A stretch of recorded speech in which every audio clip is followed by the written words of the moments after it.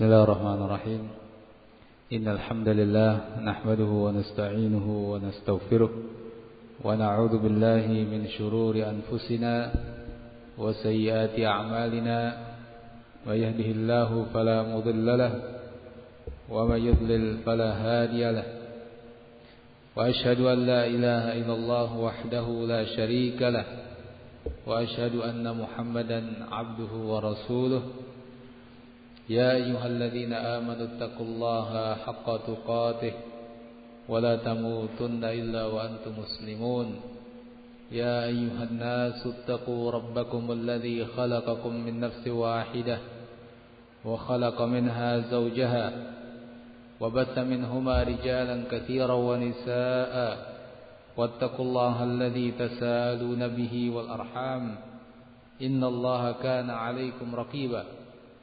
يا أيها الذين آمنوا اتقوا الله وقولوا قولا سديدا يصلح لكم أعمالكم ويغفر لكم ذنوبكم ومن يطع الله ورسوله فقد فاز فوزا عظيما. أما بعد، إخواني في الدين rahimakumullah, kita akan melanjutkan pembahasan kitab Al-Kabair karya Syekh Muhammad bin Abdul Wahhab rahimahullah. Dan kita akan masuk pada bab al-fuhsh dan beberapa bab berikutnya insyaallah. Di antara perbuatan yang dilarang oleh Allah Subhanahu wa taala adalah al-fuhsyu. Al-fuhsyu atau al-fahisyah atau kata-kata yang terambil darinya. Kata ini punya makna yang luas.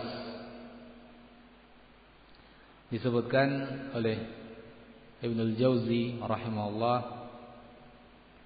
bahwa pada asalnya kata al-fuhsh atau fahisyah bermakna ma qabuhat fin nafsi, sesuatu yang dipandang buruk dalam jiwa.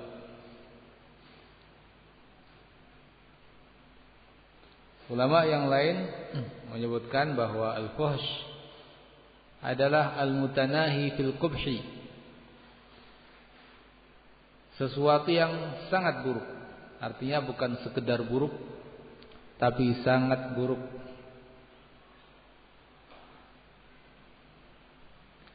Kemudian kata al-fuhsh atau al-fahisyah atau al-fawahish ini kita banyak mendapati di dalam Al-Qur'anul Karim ketika Allah Subhanahu wa taala memperingatkan dari perbuatan-perbuatan itu yang teramat buruk atau kadang diterjemahkan dengan perbuatan keji. Ibnu Qudamah, Ibnu Al-Jauzi rahimahullah menyebutkan bahwa para ulama tafsir menyebutkan kata ini dalam Al-Quran punya beberapa makna atau ada beberapa penggunaan dalam Al-Quran. Yang pertama, terkadang kata al-fuhsyu atau al-fahisyah dimaukan dengannya maksiat secara umum, seperti yang Allah Subhanahu wa taala sebutkan dalam firman-Nya, wa idza fa'alu fahishatan aw zalamu anfusahum dzakarullah. Wa idza fa'alu fahisyah, dan apabila mereka melakukan fahisyah, yakni maksiat, atau mereka zalamu anfusahum, menzalimi diri mereka, dzakarullah, mereka segera ingat Allah. Kata fahisyah di sini bermakna maksiat. Yang kedua, kata fahisyah terkadang bermakna zina, perbuatan zina. Seperti dalam firman Allah Subhanahu wa taala, wallati ya'tinal fahishata min nisaikum fastashhidu 'alaihinna arba'atan minkum. Dan wanita-wanita yang melakukan fahisyah di sini artinya melakukan zina. Mereka yang melakukan zina dan seterusnya. Yani datangkan 4 saksi untuk menyatakan hal itu. Yang ketiga, al-fahisyah bermakna al-liwat. Yani al-liwat itu perbuatan homoseks seperti yang dilakukan kaum Lut. Disebutkan dalam ayat innakum lata'tunal fahisyah ma sabaqakum biha min ahadin minal alamin. Sesungguhnya kalian melakukan fahisyah, yakni melakukan perbuatan tersebut yang enggak pernah dilakukan sebelumnya oleh manusia, oleh orang-orang atau oleh makhluk. Dan yang keempat, Allah Azza wa Jalla menyebut kata fahisyah bermakna nusyuzul mar'ah, yakni sikap seorang istri yang tidak mau taat kepada suami. Ini juga disebut fahisyah. Seperti la tukhrijuhunna min buyutihinna illa ayyatina bifahishatin mubayyinah.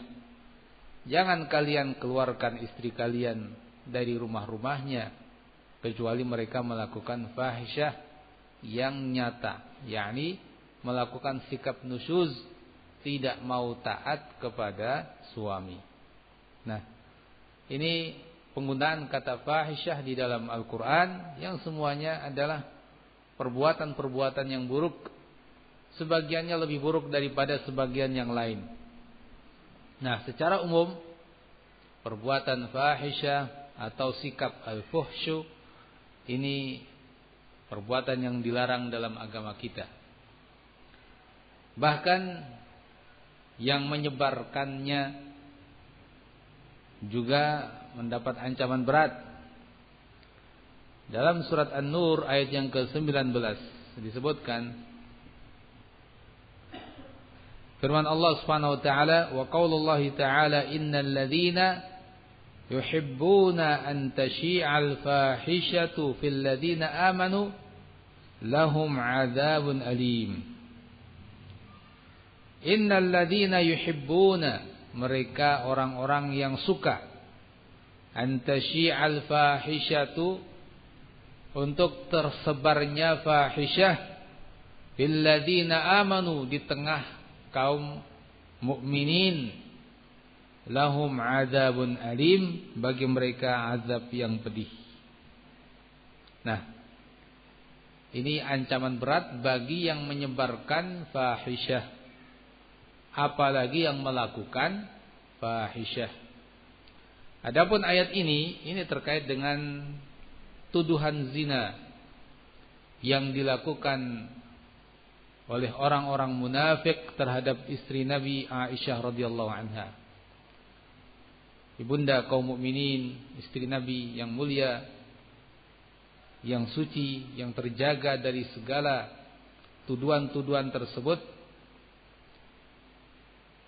Beliau radhiyallahu anha dituduh dengan tuduhan keji ini oleh orang-orang munafik, terutama oleh Abdullah bin Ubay dan teman-temannya, sehingga menjadi gempar masyarakat Madinah ketika itu. Bagaimana tidak, ya, keluarga Nabi dituduh dengan tuduhan yang seburuk ini. Maka Allah Azza wa Jalla mengancam mereka, orang-orang yang ikut-ikut menyebarkan tuduhan-tuduhan tersebut. Dalam ayat ini Allah Azza wa Jalla mengatakan mereka yang suka menyebarkan tuduhan zina itu di tengah kaum mukminin, maka mereka akan mendapatkan siksa yang pedih. Na'udzubillah min dzalik, kita berlindung kepada Allah dari hal tersebut. Oleh karenanya bab ini dalam syariat agama kita betul-betul diperhatikan, betul-betul mendapat perlakuan khusus, karena ini perkara yang sangat buruk, ya, aib, sangat aib.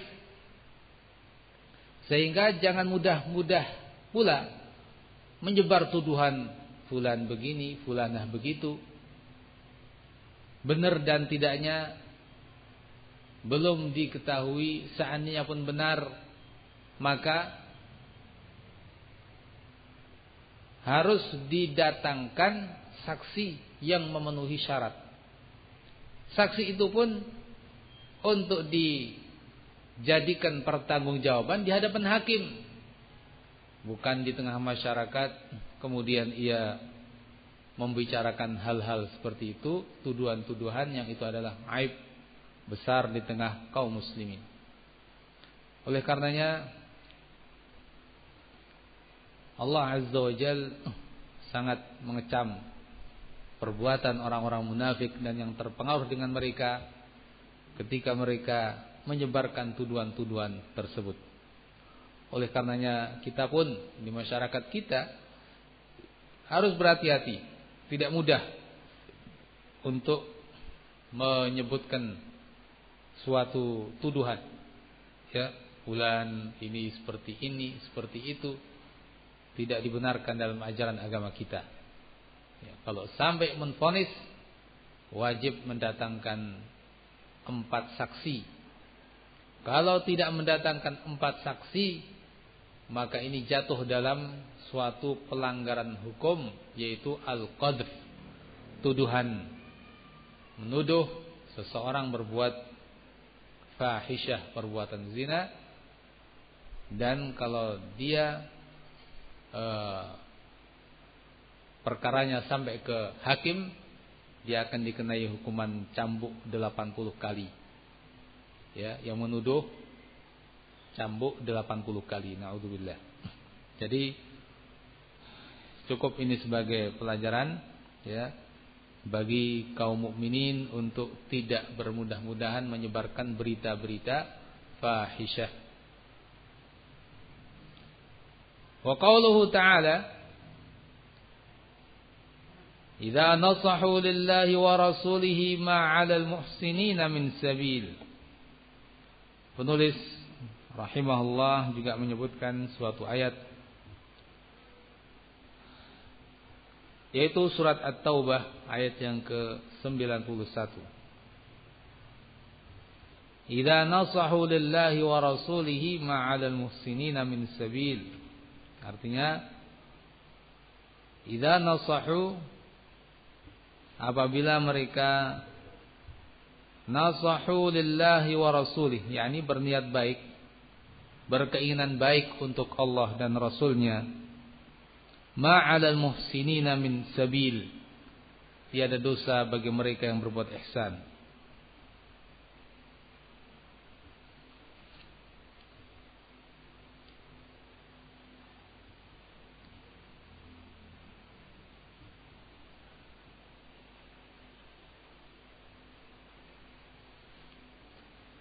Kaitan ayat ini, ya, ini agak secara pandangan singkat kurang ada kaitan dengan bab kita, ya. Namun tentu ada maksud kenapa penulis Syekh Muhammad bin Abdul Wahhab rahimahullah menyebutkan ayat ini dalam bab kita. Syekh Al-Fauzan menyebutkan, mungkin maksudnya, kata beliau, la'alla murad asy-syekh rahimahullah min iradi hadhil ayah ba'da iradi qaulihi ta'ala innal ladzina yuhibbuna an tashi'al fahishatu fil ladzina amanu anna at-takhalli minal ma'asi wa inkaraha laysa min isya'atil fahishah al-manhi anhu bal huwa minan nasihatil wajibah. Kata beliau, Syekh Al-Fauzan mencoba mengungkap apa hubungannya dengan bab kita.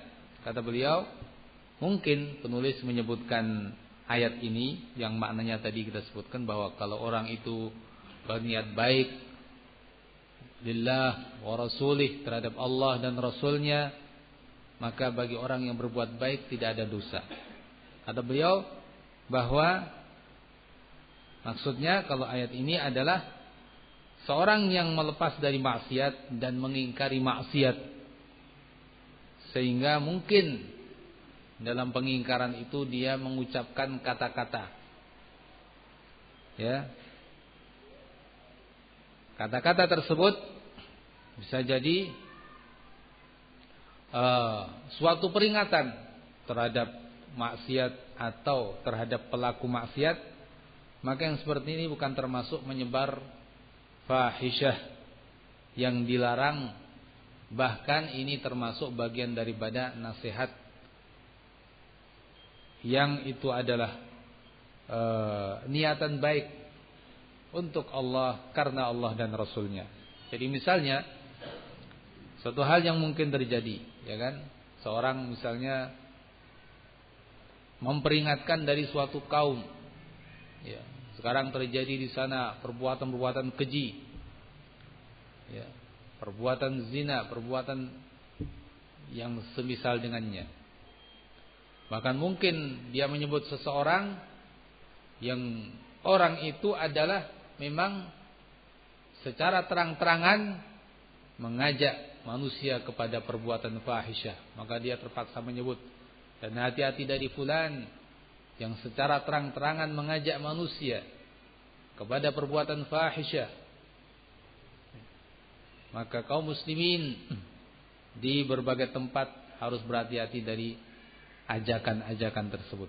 Nah, seorang yang seperti itu walaupun terpaksa menyebut orang tertentu, menyebut perbuatan-perbuatan yang terkadang berat mau disebutkan, tapi terpaksa dia menyebutkan dalam rangka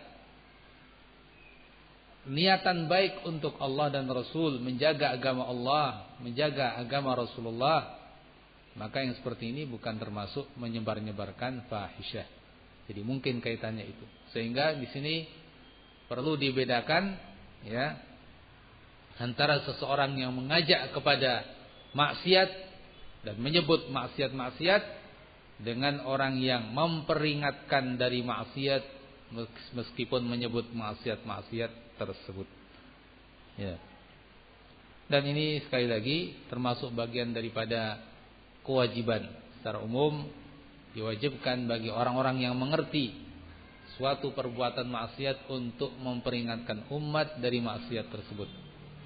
Terkadang dengan bahasa yang umum dan terkadang terpaksa menyebutkan ungkapan-ungkapan yang lebih khusus kalau memang itu ada maslahatnya, ya, atau disitulah maslahatnya.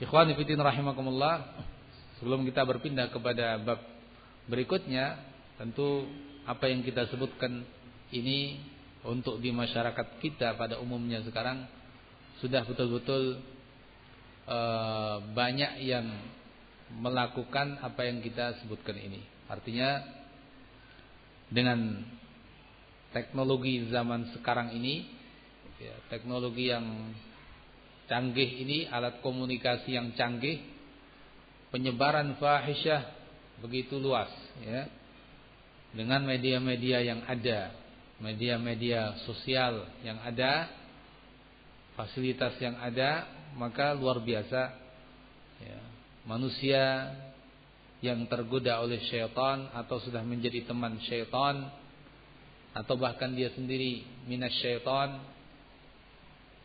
begitu gencar menyebarkan fawahish atau fahisyah di tengah masyarakat, mungkin melalui website atau bahkan media-media sosial yang ada ini, atau bahkan juga secara langsung dari orang per orang. Dan ini ikhwan fillah rahimakumullah, mesti kita waspadai, dan kaum muslimin mesti mewaspadai juga. Jangan tergoda oleh ajakan-ajakan godaan-godaan, jangan terbawa oleh hawa nafsu, terutama kaum muda, anak-anak remaja yang baru-baru besar, menginjak umur dewasa. Nah, ini sangat berbahaya sekali, sangat mengerikan. Kalau tidak dibekali dengan takwa Allah, bertakwa kepada Allah Azza wa Jal, maka hampir dipastikan orang akan larut di dalam berbagai fahisyah tersebut, ajakan-ajakan fahisyah. Karena sekarang begitu mudah seseorang memperoleh informasi-informasi itu, bahkan tidak mesti mencari, ya. Kalau dulu mungkin orang mencari untuk melakukan fahisyah, kalau sekarang mungkin ditawari. Na'udzubillah min dzalik. Oleh karenanya betul-betul ujian bagi umat ini terkait bab ini sangat mengerikan sekali, ya. Bahkan lebih mengerikan lagi, sebagian akan menempuh jalur-jalur resmi, LGBT misalnya, ya kan. Seperti yang kita tahu, di negeri-negeri kafir mungkin sudah resmi pernikahan sesama jenis. Nah, di negeri kita mungkin dalam usaha dan seterusnya. Na'udzubillah min dzalik. Apa jadinya kalau umat ini tidak dibekali dengan taqwallah? Bagaimana jadinya kalau anak-anak muda tidak kenal agama, tidak kenal maksiat, apalagi takut maksiat? Ya, betul-betul al-fahisyah tersebar di tengah umat. Na'udzubillah min dzalik. Kalau hal ini sudah terbuka lebar, maka seperti dalam hadis, ya, dia suatu umat kalau sudah melakukan fawahish seperti itu yang besar, artinya dia telah membuka atau menghalalkan bagi dirinya azab Allah Subhanahu wa taala. Demikian makna hadis Nabi. Kalau orang sudah, atau suatu kaum sudah melakukan maksiat-maksiat besar tersebut, fawahish, maka dia telah menghalalkan baginya untuk ditimpa azab Allah Subhanahu wa taala. Ya. Kalau tidak ada lagi yang bertakwa, apalagi juga tidak ada lagi yang amar ma'ruf nahi mungkar, sudah. Entah apa jadinya. Ya. Masih selamat kalau masih ada yang amar ma'ruf nahi mungkar. Tapi kalau tidak ada, sudah. Na'udzubillah, sangat mengerikan. Ikhwani fiddin rahimakumullah. Berpindah kepada bab berikutnya. Babu zikri mawaddati a'da'illah. Bab berikutnya adalah tentang mencintai musuh-musuh Allah. Apa hukumnya? Tentu mencintai musuh-musuh Allah sesuatu yang juga terlarang. Bagaimana tidak? Musuh Allah adalah orang yang Allah benci, orang yang Allah murkai. Maka kita pun mesti membenci dan murka kepada mereka. Musuh Allah adalah orang-orang yang Allah hinakan, maka kita pun mesti menghinakan mereka. Jangan sampai kita mencintai orang yang Allah benci, menyayangi orang yang Allah murkai, menjunjung tinggi orang yang Allah rendahkan. Tidak bisa. Kalau kita seorang mukmin, kita mesti mengikuti Allah Azza wa Jalla dan Rasulnya. Makanya di sini disebutkan di antara perbuatan dosa besar adalah mawaddatu a'da'illah, cinta kepada musuh-musuh Allah. Meskipun cinta kepada musuh-musuh Allah seperti diterangkan oleh para ulama, itu bertingkat-tingkat, ya, atau bermacam-macam. Yang sangat berbahaya adalah ketika cinta kepada musuh-musuh Allah itu didorong karena kagum kepada agamanya. Sehingga cintanya cinta kepada agama mereka, ajaran mereka. Kalau sudah pada tingkatan itu, ini adalah kekafiran. Ya, ini riddah, kemurtadan. Karena dia cinta kepada ajaran agama selain Islam. Kagum kepada ajaran agama selain Islam. Ya, padahal inna ad-dina 'indallahi al-Islam, agama di sisi Allah hanyalah Islam. Itu yang Allah terima dan itu tentunya yang Allah ridhai. Maka kalau ada orang yang cinta kepada orang kafir karena itu, ini adalah riddah, kemurtadan. Ya, na'udzubillah min dzalik. Kemudian ada pula rasa cinta kepada mereka, kepada musuh-musuh Allah Subhanahu wa taala, namun bukan karena agamanya. Cinta artinya cinta karena mungkin hal yang sifatnya duniawi. Ya, cinta karena hal-hal yang sifatnya duniawi. Mungkin karena dia sebagai seorang yang terkenal, ya. Dia senang karena itu, bukan karena agama. Nah, ini tidak sampai kepada tingkatan kufur, tapi ini juga tidak boleh. Ya. Ini tidak boleh. Kenapa demikian? Karena seperti yang tadi saya sebutkan, mereka itu orang yang bermaksiat kepada Allah. Mereka itu orang yang Allah murkai. Mereka itu orang yang Allah benci. Bagaimana kita mencintai orang yang Allah benci?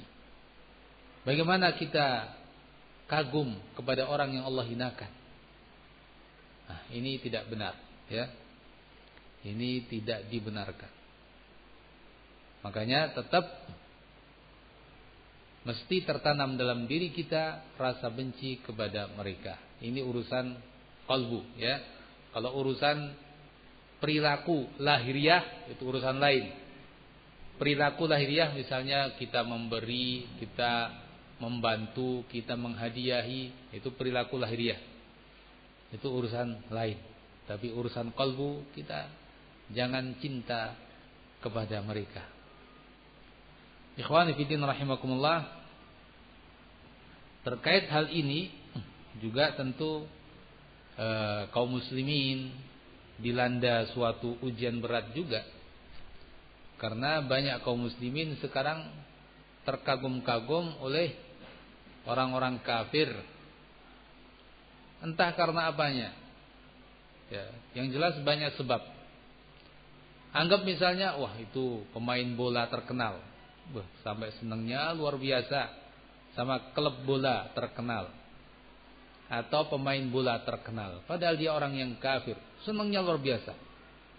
Kalau dikasih kaosnya mungkin nggak akan dicuci 3 hari, ya, karena saking senangnya. Ini pemberian pemain bola terkenal, saking senangnya. Na'udzubillah.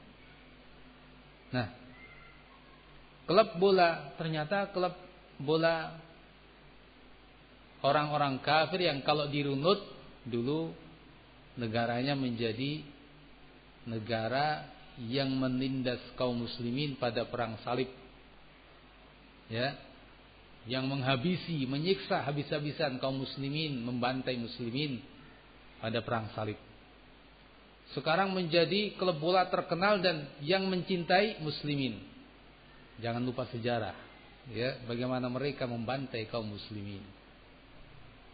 Nah, seperti yang saya katakan tadi, bahwa ternyata muslimin diuji dengan hal-hal seperti itu. Belum lagi nanti orang-orang kafir yang punya kemodernan dalam bidang teknologi atau ini dan itu, terkesima pula dengan itu, ya, cinta kepada mereka. Tidak boleh yang seperti itu, jangan. Ya. Ingat bahwa mereka adalah orang-orang yang bermaksiat kepada Allah dengan maksiat besar. Apa ada maksiat yang lebih besar daripada kekafiran? Ya. Mereka mengatakan Allah punya anak. Apakah kita rela dengan orang-orang yang seperti itu? Padahal Allah Azza wa Jalla sangat murka kepada mereka. Yahudi, Nasrani. Mereka orang-orang yang sangat bermaksiat kepada Allah Azza wa Jalla. Allah sangat murka kepada mereka, bahkan hampir-hampir langit terpecah karena ucapan-ucapan mereka. Takadus samawati yatafattarna minhu wa tanshaqqul ardu wa takhirrul jibalu hadda an da'u darrahmani walada wa ma yanbaghi lirrahmani an yattakhidha walada. Hampir-hampir langit-langit itu pecah. Hampir pula bumi terbelah. Hampir pula gunung itu hancur lebur, tersungkur hancur lebur.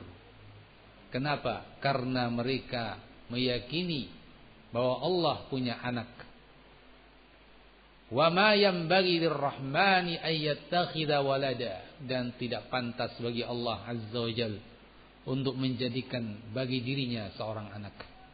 Allah Maha Esa, Al-Ahad As-Samad, lam yalid wa lam yulad, tidak beranak, tidak pula diperanakkan. Sedemikian dahsyat ucapan mereka itu di sisi Allah Azza wa Jalla, sampai langit pun hampir terpecah, bumi hampir terbelah. Kemudian sekarang kaum muslimin cinta kepada orang-orang itu? Apakah kita cinta kepada Allah Azza wa Jalla? Kalau kita cinta kepada Allah Azza wa Jalla, mestinya kita membela Allah, agama Allah, dan rela berkorban demi Allah, rela bermusuhan dengan mereka karena membela agama Allah. Tapi kenapa sekarang justru yang terjadi sebaliknya? Dan aneh, mengaku cinta kepada Allah, tapi cinta pula kepada musuh-musuh Allah. Mengaku mengikuti agama Allah, tapi memuliakan orang-orang yang sangat durhaka kepada Allah. Beginikah kaum muslimin? Benarkah sikap seperti itu? Tentu jawabannya tidak benar. Tapi itu yang ada, itu yang nyata. Oleh karenanya ikhwani fiddin rahimakumullah, mesti kita banyak-banyak mengoreksi diri kita kaum muslimin, ya, pelajari ajaran agama kita dan amalkan. Masalahnya sekarang banyak orang yang enggan belajar ilmu agama, sehingga seperti yang tadi kita sebutkan, fenomena yang ada, cinta kepada orang-orang kafir, kagum kepada mereka. Ini di antara sebab utamanya adalah karena tidak tahu hukum, tidak pernah mendengar keterangan-keterangan agama dalam bab ini, sehingga taunya Islam itu yang penting sholat, yang penting puasa, yang penting zakat, ya. Habis itu perbuatan seperti yang tadi, loyal dan antipati, seperti nggak ada hukumnya, bebas. Ya, aneh jadinya. Kamu sholat karena Allah, tapi kamu juga cinta kepada mereka, orang-orang yang durhaka kepada Allah. Aneh. Na'udzubillah min dzalik. Nah, di sini terkait masalah ini, penulis rahimahullah ta'ala menyebutkan salah satu dari firman Allah Azza wa Jalla. Di antaranya surat Al-Mujadalah ayat yang ke 22. Wa qaulullahi ta'ala la tajidu qauman yu'minuna billahi wal yawmil akhir yuwadduna man haddallaha wa rasulah walau kanu aba'ahum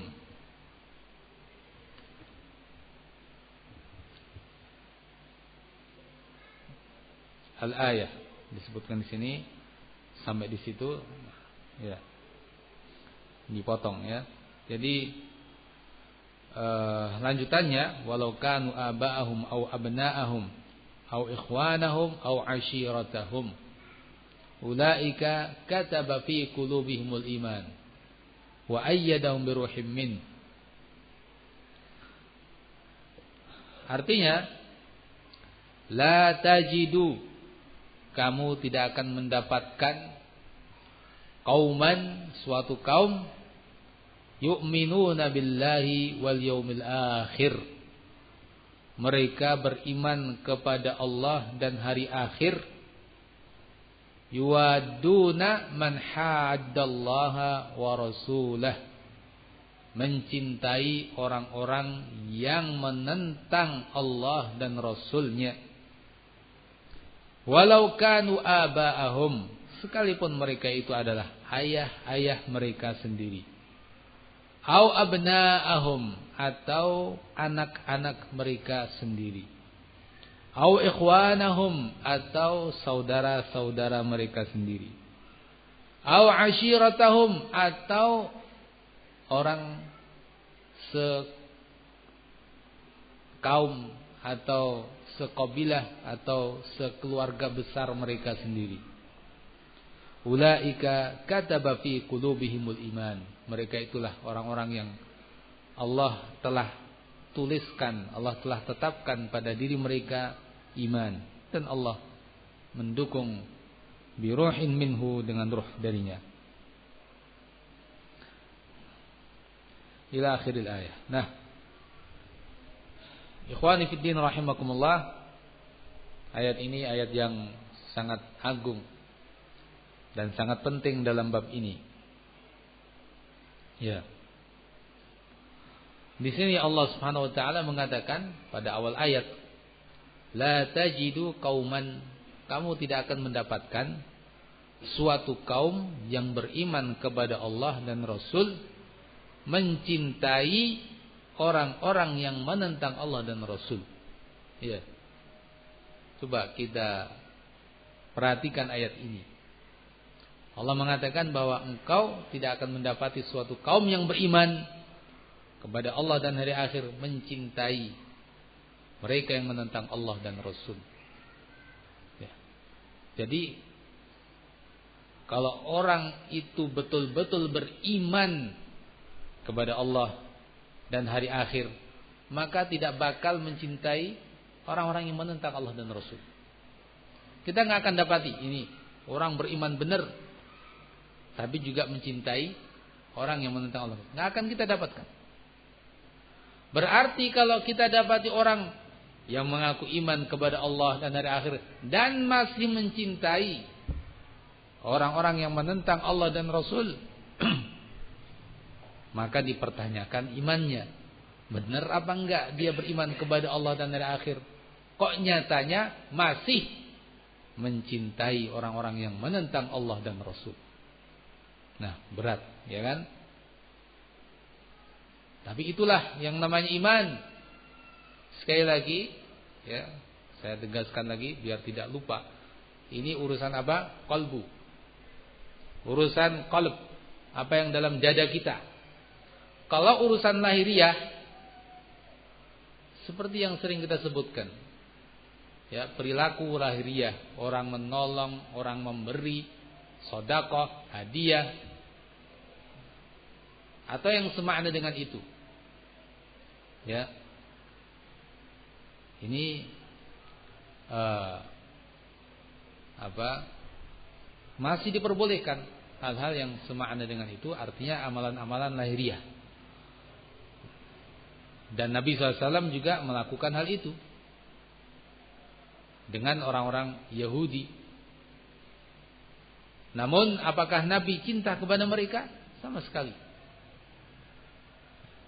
Oleh karenanya, ikhwani fiddin rahimakumullah, ayat ini menjadi hal yang sangat penting bagi kita untuk membenarkan iman kita, meluruskan iman kita. Kalau kita benar-benar beriman kepada Allah dan hari akhir, jangan ada rasa cinta kepada mereka. Ya, jangan ada rasa cinta kepada mereka, orang-orang yang menentang Allah dan Rasul. Ya. Ikhwan fillah rahimakumullah.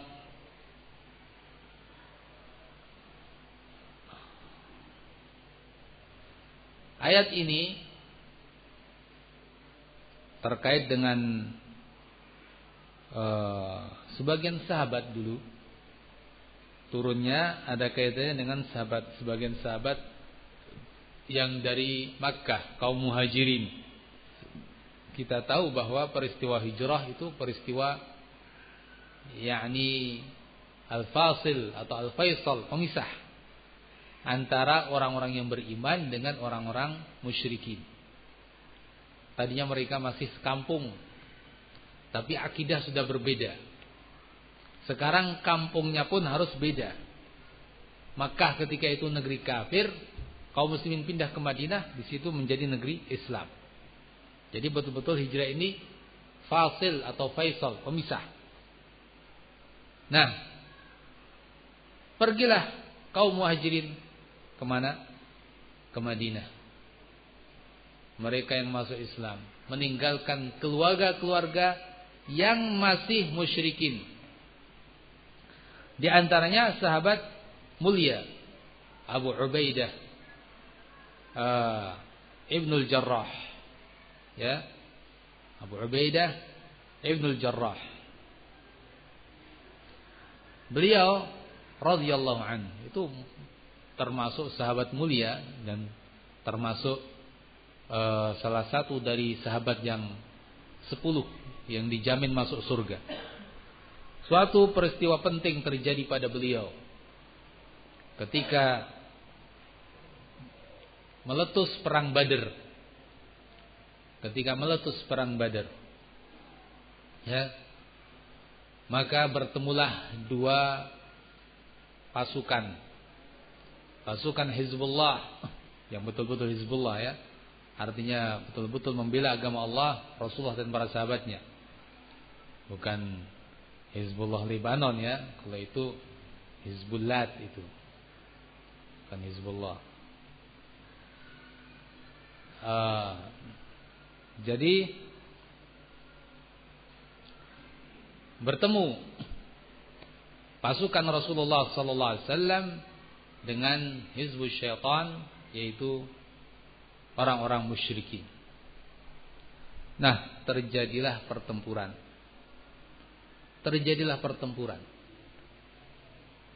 Nabi dengan para sahabat yang terdiri dari Muhajirin dan Ansar. Ya. Mereka orang-orang musyrikin, orang-orang dari Makkah. Dari kalangan Muhajirin ketika bertemu siapa? Bertemu karib kerabat dan orang sekampung. Ibarat kita ini yang di sini misalnya, ya kan? Ketemu di pertempuran, oh itu tetangga saya, itu paman saya, itu pakde saya, itu bapak saya bahkan. Ya. Jadi perang Badar itu luar biasa gentingnya. Karena apa? Bertemu kerabat-kerabat sendiri. Tapi masing-masing membawa pedang untuk membunuh yang lain. Kerabat, teman, tetangga. Makanya orang yang sahabat yang ikut perang Badar dijamin masuk surga. Karena demi iman mereka melakukan itu semuanya. Demi menjaga agama Allah, membela agama Allah. Rela untuk melakukan itu semuanya. Nah, salah satu kejadian yang terjadi ketika itu adalah apa? Abu Ubaidah ternyata bertemu dengan ayah sendiri. Tapi tentu sang ayah pun bernafsu untuk membunuh anaknya yang dianggap durhaka. Sehingga terjadilah apa yang terjadi dan sang ayah tewas di tangan Abu Ubaidah Ibnul Jarrah. Ya, ujian besar. Ya, barangkali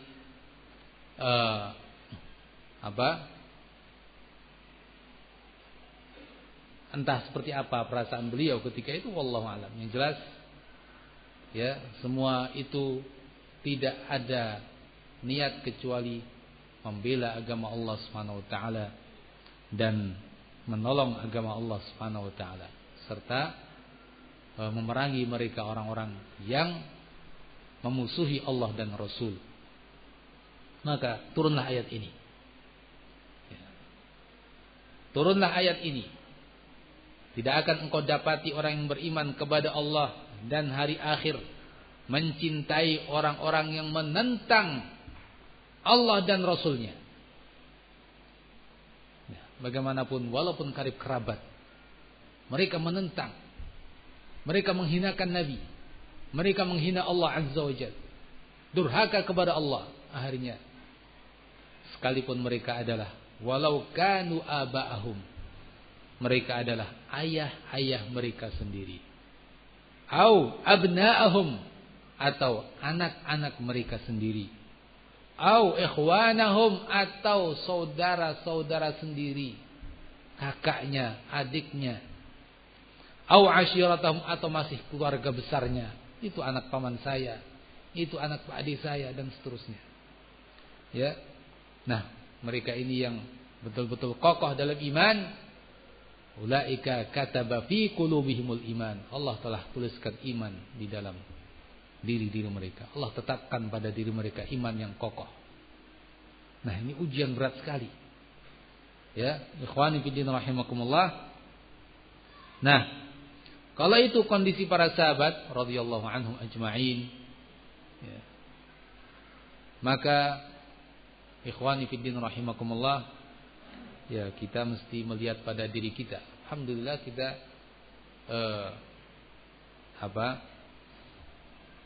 Allah Azza wa Jalla karuniakan kepada kita iman, ya, walaupun iman kita sangat jauh dengan iman para sahabat, tapi kita ingin menelusuri jalan mereka dan mengikuti mereka, ya, dalam hal betul-betul menjaga iman kita, betul-betul menjaga akidah kita. Kita tidak boleh mencintai mereka yang menentang Allah dan Rasulnya. Ya, tidak boleh mencintai mereka menentang Allah dan Rasulnya.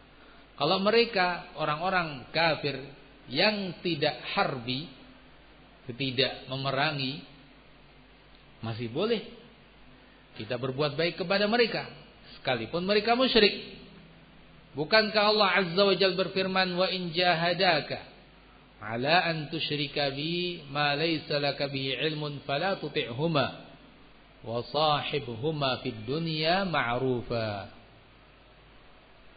Kalau keduanya, yakni kedua orang tua, jahadaka, memaksa kamu, ala an tusyrika bi, untuk engkau berbuat syirik kepadaku, ya, fala tuti'huma, jangan kamu ikuti.